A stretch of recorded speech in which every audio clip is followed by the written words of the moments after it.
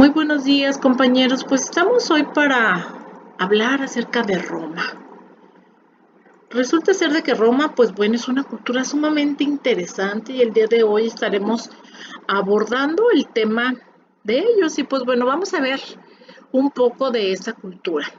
Bien, en esta imagen, fíjense ustedes cómo tenemos un mapa, pues bueno, como lo conocemos actualmente, donde aparece pues Europa, ¿sí? Y este que aparece con color naranja, pues es nada menos que Italia, ¿sí? En donde encontramos pues donde estuvo la ciudad de Roma, que fue la que dio, desde donde pues bueno, dio origen a toda esta cultura, ¿sí? Ahora, si observamos esta imagen que tenemos aquí, obsérvense cómo dice Imperio Romano. Bueno, ¿qué quiere decir esto? Pues que Roma extendió su cultura a lo largo de diferentes territorios, creando con esto un imperio. ¿Qué quiere decir? Que por medio de la guerra fue venciendo a otras poblaciones, digamos así, a sus vecinos, ¿sí? Y entonces eran victoriosos en la guerra y entonces ese territorio pasaba a ser parte de Roma. Es así como vamos a ver que para el año 117 después de Cristo, observen todo lo que era el Imperio Romano, observen cómo vemos ahí la isla de Inglaterra, observen ustedes, pues bueno, cómo tenemos, fíjense ustedes, aquí está Inglaterra, aquí tenemos, pues bueno, todo lo que conocemos actualmente como Europa, norte de África, y pues aquí vemos esta parte de Asia. Bueno, pues resulta ser de que todo eso fue el Imperio Romano y que por medio de la guerra fue como todo esto se fue ampliando y que más adelante estaremos hablando y entenderemos el por qué esta frase que todos los caminos llevan a Roma. Pues bueno, vamos a comenzar a hablar pues bueno, de lo que van a ser sistemas constructivos en Roma. Y aquí tengo esta imagen en donde vemos tres tipos de muros. Estos van a ser los muros más utilizados en Roma, ¿sí? Y aquí vemos un primero que está aquí y que es un muro llamado Opus Incertum. Bueno, el Opus Incertum era el muro más común en donde observemos el espesor de este muro. Eran sumamente gruesos esos muros y por ambas caras de la cara exterior observemos cómo se colocaban piedras de diferentes tamaños, no había un orden específico. Digamos que estéticamente sería como estos muros de una barra que a lo mejor encontramos cuando vamos en la carretera. Solo que en la parte central observarán esta parte donde este muro llevaba un relleno, dice aquí muro de hormigón, al que se empotran exteriormente piedras sin labrar. Pero este relleno era de tierra, era de piedras pequeñas, guijarros, y que se construía por el exterior otro muro de piedra. Ahora, este relleno, fíjense ustedes cómo los romanos van a tener un sistema constructivo sumamente interesante. ¿Por qué habla aquí de muro de hormigón? Pues bueno, porque resulta ser de que ellos van a tener lo que llamaremos un hormigón primitivo, que era donde ellos mezclaban arena, cal, y había un, digamos así, material interesantísimo, el cual permitía el aglutinamiento y esto era la puzolana. La puzolana que es la grava, perdón, no es cierto, no es la grava, es la ceniza de volcán. La ceniza de volcán, al ser combinado con el agua, se vuelve un elemento que aglutina y que esto permitía, pues bueno, que sus muros, este relleno que tenían, digámoslo así, se consolidara de tal manera que eran muros sumamente resistentes, ¿sí? Y lo cual los hizo sumamente diestros en la construcción. ¿Sí? Observen cómo en las esquinas, aquí tenemos este acabado donde ahí sí vemos una esquina con piedras labradas y que incluso observen ustedes cómo se van cuatrapeando cada una de estas. Entonces este es el muro más sencillo.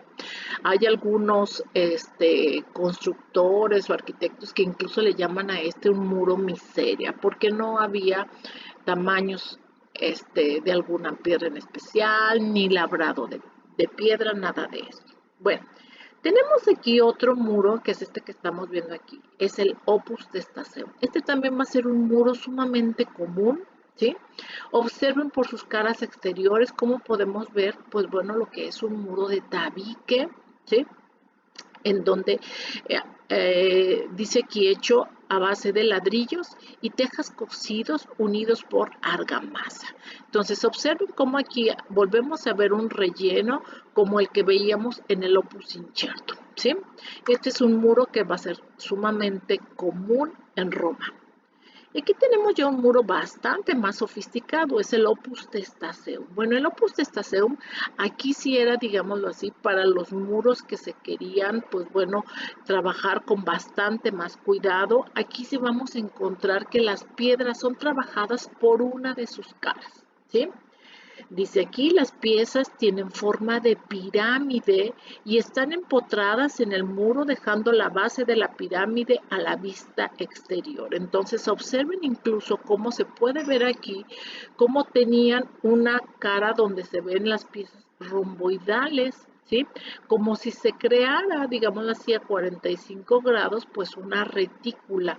Observen cómo hacia el interior las piezas tienen esta forma, digamos, un tanto cuanto puntiaguda, ¿sí? Por eso dice que las piedras son en forma piramidal, ¿sí? Y a su vez un relleno, pues bueno, con estos guijarros, piedras pequeñas, arena, morteros y la puzzolana, ¿sí? Entonces, este es este tipo de muro que les comentaba, que es el más elaborado en Roma, que es el Opus Reticulatum, ¿sí? Aquí tengo otros acomodos que vamos a tener, el Opus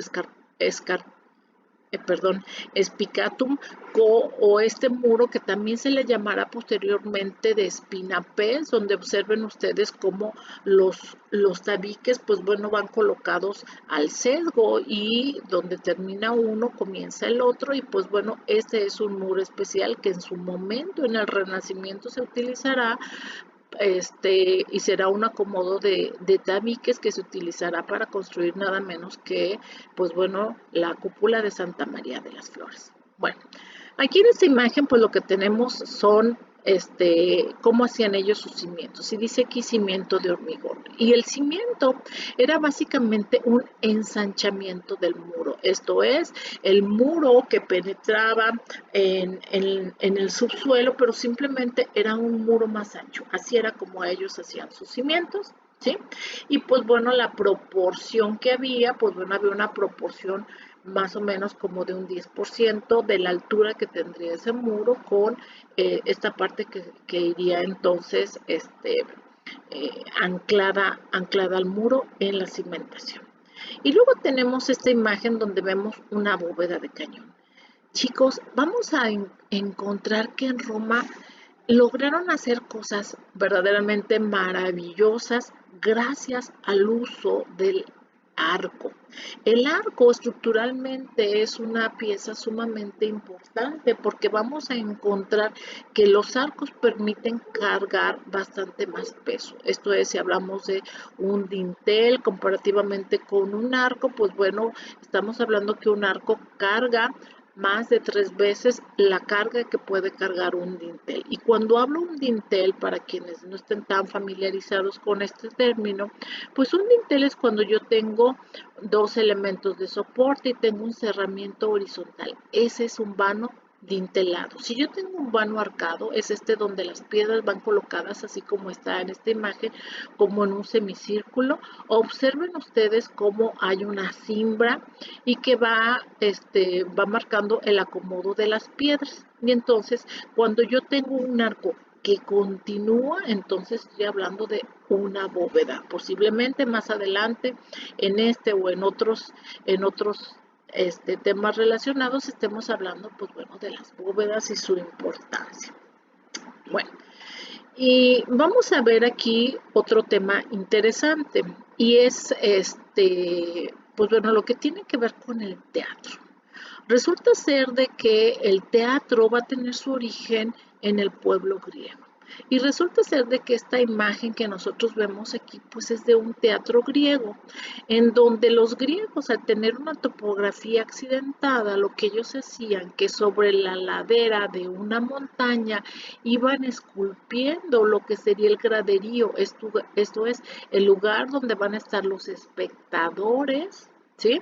Y observen ustedes, aquí tengo a los espectadores, aquí al centro vamos a tener algo que se va a llamar orquesta, que veremos más adelante cuando veamos en específico del teatro, y esto es la escena donde van a estar los actores. Entonces resulta ser de que el teatro griego, pues en realidad lo que se hacía, pues bueno, era tomar la ladera de una montaña y entonces ahí colocar, labrar el graderío, construir el escenario, desplantar lo que sería esta parte central, que es la orquesta para los coros, ¿sí? Ahora, sin embargo, vamos a ver que en Roma esto cambia. Resulta ser de que en Roma ellos van a elegir cualquier lugar donde ellos deseasen, no necesariamente ni forzosamente como lo hicieron los griegos en la ladera de una montaña, ya que ellos van a construir el graderío, así como la escena, incluso observen, es una escena bastante más marcada, más grande, más majestuosa, y observen aquí esta parte, lo que hablábamos aquí, que era la orquesta, esta será más pequeña, pero observen incluso cómo aquí, bueno, este es un dibujo donde nos marca unos elementos constructivos, pero básicamente se sostiene a través de arcos y bóvedas. Bueno, tengo aquí una imagen sumamente interesante y es de los órdenes. Bueno, pues resulta ser de que los órdenes utilizados en Roma van a ser 5. Esto es, fíjense ustedes, aquí tenemos el toscano, el dórico, el jónico, el compuesto y aquí aparece el corintio. Creo que merita un tema en específico para hablar solamente de los órdenes. Bueno, pues resulta ser de que los griegos, ellos van a crear el orden dórico, el orden jónico y el orden corintio. Sin embargo, en Roma se utilizarán estos 3 órdenes creados por los griegos, pero además otros 2 más. Tenemos aquí el orden toscano creado por los etruscos, que el pueblo etrusco es el pueblo que va a dar origen a Roma. ¿Sí? Y tenemos este otro orden, que es el orden compuesto, creado por los romanos, que si ustedes observan cómo tiene las volutas del orden jónico y las hojas de acanto, creando así, del corintio, perdón, creando así el orden compuesto, que será el orden, digámoslo así, más elaborado, bastante más suntuoso, ¿sí? Que tenemos en Roma. Entonces en Roma, fíjense, aquí hay algo muy interesante porque van a usar los 3 órdenes creados por el pueblo griego, el orden toscano creado por el pueblo etrusco, que es el pueblo que da origen a Roma, y ellos crean el orden compuesto, de tal manera que estaremos viendo en las construcciones romanas el uso de 5 órdenes. Bueno, algo también sumamente interesante en la arquitectura de Roma, pues es su traza. Bueno, se dice que los etruscos, ellos lo que hacían era pues observar la naturaleza, ver el terreno en donde deseaban trazar una ciudad, observar si había agua. Nosotros sabemos que el agua es un elemento indispensable para toda ciudad, para el desarrollo del ser humano. Entonces, si no hay agua de entrada, pues una ciudad no tiene sentido. O tiene que estar a las orillas de un río, o tiene que estar junto a una laguna, pero tener siempre agua. Entonces, una vez que observaban un terreno, que observaban su topografía, y aquí van a observar cosas como si había bancos de material, de piedra en específico, bancos que permitieran pues el poder tener el material necesario, pues bueno, pues para construir, ¿verdad? Y por supuesto el poder contar con tierras fértiles en donde cercano a ellos pudieran tener terrenos para sembrar pues los diferentes productos que después cosecharían y entonces de dónde se podrían alimentar. Bueno, una vez que observaban todo esto, observaban también las aves, cómo era su vuelo, pues bueno, digámoslo así, todas las circunstancias de este lugar. Y una vez que tomaba la decisión de formar y de fundar una ciudad, lo que hacían es esto. Miren ustedes, vean ustedes cómo vemos un polígono de forma cuadrangular. Pues bueno, resulta ser de que vamos a encontrar que en Roma vamos a, incluso observen aquí está marcado el norte y aquí vemos las orientaciones, el este, el sur y el oeste. Entonces, observemos que este cuadrángulo está orientado y aquí tenemos, pues bueno, comienzan ellos trazando lo que va a ser la muralla perimetral de la ciudad. Y esto lo hacían, se dice que hincando un arado, ¿sí? Iban marcando esta línea recta. Y después había un momento en que ellos levantaban el arado y después lo volvían a hincar y resulta ser de que hacían esta marca. Y así lo hacían en sus cuatro caras. Bueno, ¿y para qué hacían esto de que suspendían esta parte que iba marcando el arado en la parte central? Observen cómo ustedes, como todo se ve en la parte central, porque aquí van a ser las calles más importantes, ¿sí? Y esta va a ser el Cardo y el Decumanos. Resulta ser de que el Cardo y el Decumanos son las calles más importantes. Miren, por ejemplo, voy a hacer un comparativo con la ciudad de Morelia, ¿sí?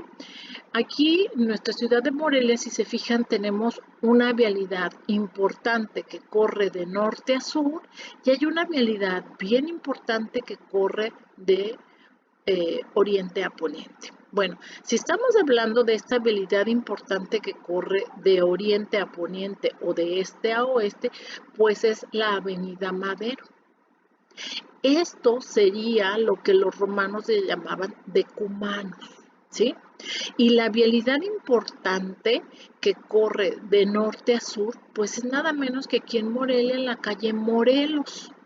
Y con esto, fíjense cómo se crean cuatro espacios que en algunos a lo largo de la historia se le van a llamar cuarteles o que actualmente en Morelia le llamamos sectores, ¿sí? Bueno, pues resulta ser de que alineadas con estas calles, observen cómo surgen unas calles paralelas al Decumanos y paralelas al Cardo, y entonces en donde convergen el Cardos y el Decumanos, pues aquí vamos a encontrar los lugares más importantes, esto es donde se colocaba el foro, que el foro romano es el centro de la ciudad, donde está la plaza pública, donde están edificios de gobierno, donde van a estar incluso el templo. Observen, aquí está marcado el mercado y también aparecen otros edificios aquí marcados, como vemos el anfiteatro, el teatro,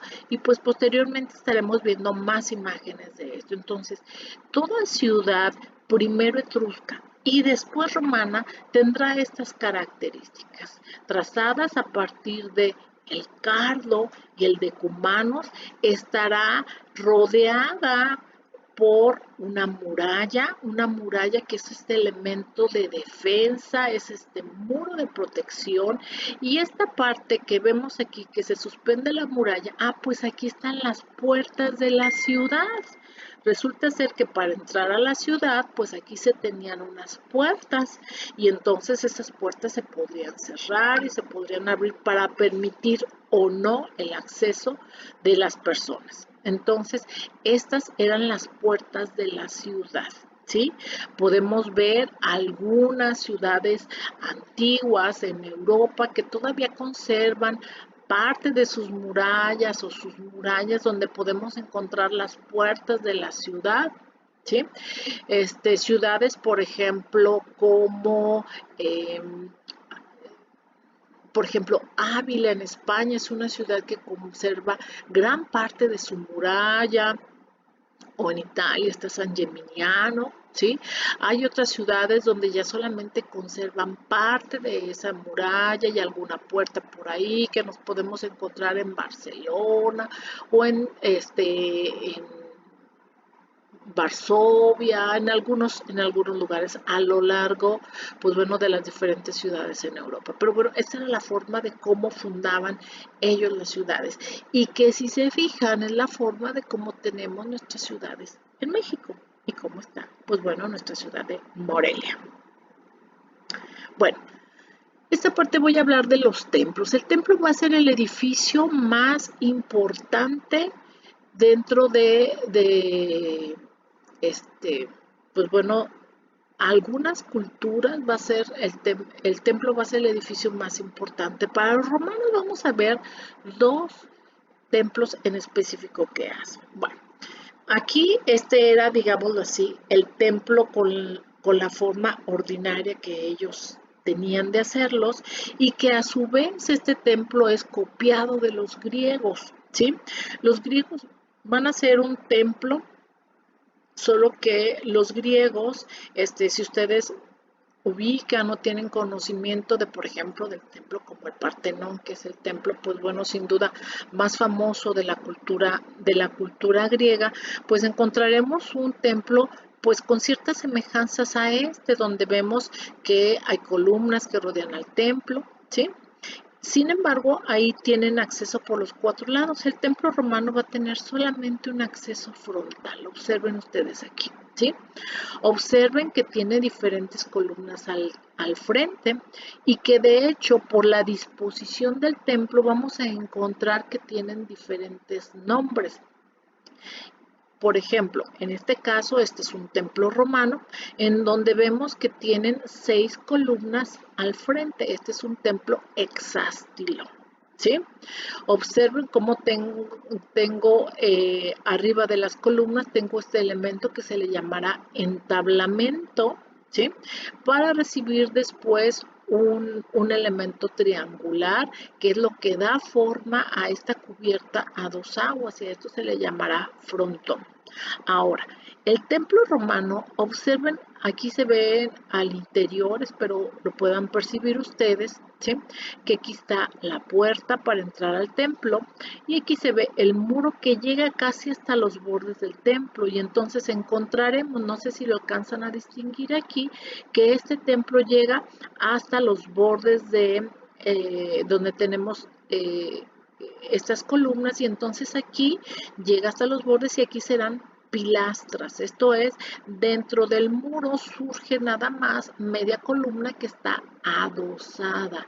Entonces a este elemento le podemos llamar columnas adosadas o pilastras. Entonces, este es un templo romano del cual van a ser muchos, pero hubo en especial un templo muy especial que se hace en Roma, y es nada menos que el Panteón de Agripa. El Panteón, fíjense, este es el templo dedicado a todos los dioses. Voy a pasar una imagen para que lo veamos aquí. Bueno, este es el Panteón de Agripa. Observen la escala humana. Esto es interesante. Vean el tamaño que tiene este templo y estas dimensiones, pues bueno, porque va a ser su templo más importante. El Panteón es el templo dirigido a todos los dioses. Observemos cómo tiene un acceso porticado, como veíamos hace un rato en el templo anterior, ¿sí? Y entonces en este caso, fíjense cómo tengo 1, 2, 3, 4, 5, 6, 7, 8. Si se fijan en el anterior tenía 6 columnas y yo les decía que era un templo hexástilo.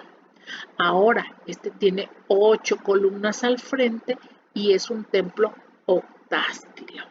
Ahora, algo que es muy diferente de este templo, observen esta parte, ¿sí?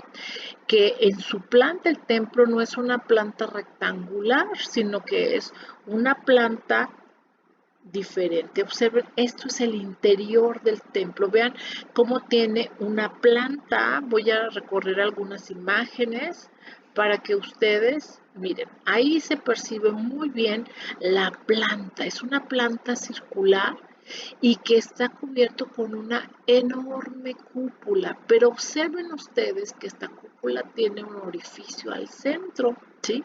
Y este orificio, voy a regresar a las imágenes, observen cómo sirve para el paso de la luz, ¿sí?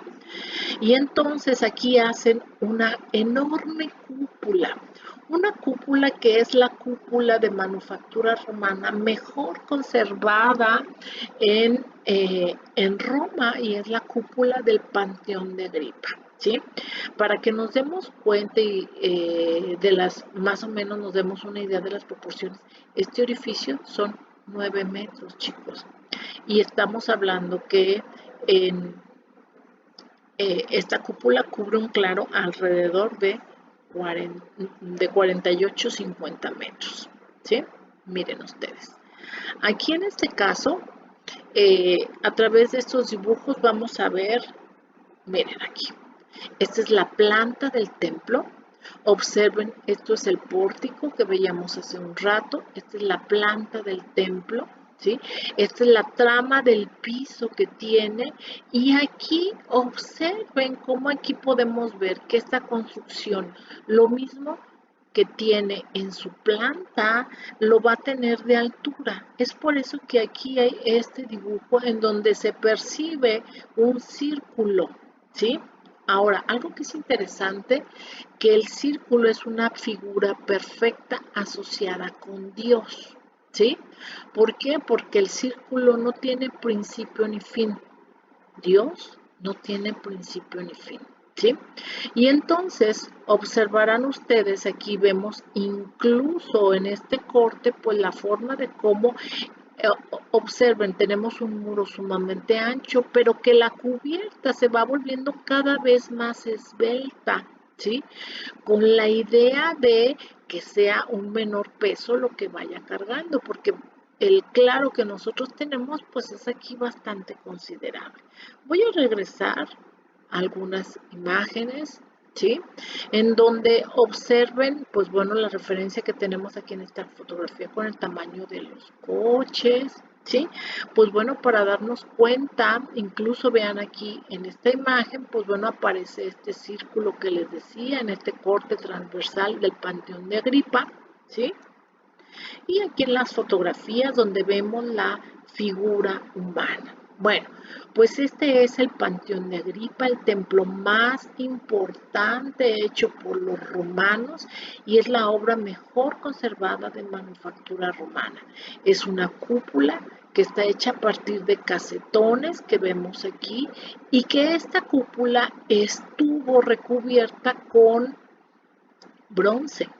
Bronce que fue en un momento retirado el bronce porque era un peso extra el que tenía esta construcción, y curiosamente este es el bronce que se utiliza para construir el baldaquino de Bernini en el Renacimiento. Ojalá alguno de ustedes sepa lo que es esta pieza, y si no, pues bueno, les invito a googlearlo.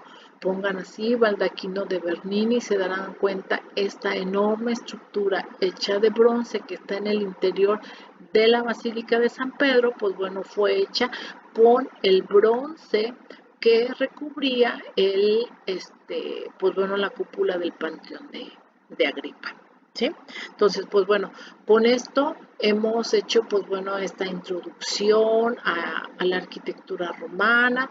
Hemos visto un poco, pues bueno, de los muros, hablé del arco, que es un elemento de carga sumamente importante, muy utilizado en Roma, y más adelante tendremos, pues bueno, otras intervenciones donde seguiremos abordando el tema de ropa. Me quedo hasta aquí, en donde vemos, pues bueno, estas imágenes del Panteón de Agripa. Vean aquí el paso de la luz que se puede distinguir, y esta abertura, pues bueno, era lo que permitía. Me quedo aquí, chicos, gracias por estar con ustedes, y pues nos veremos próximamente. Hasta luego, gracias.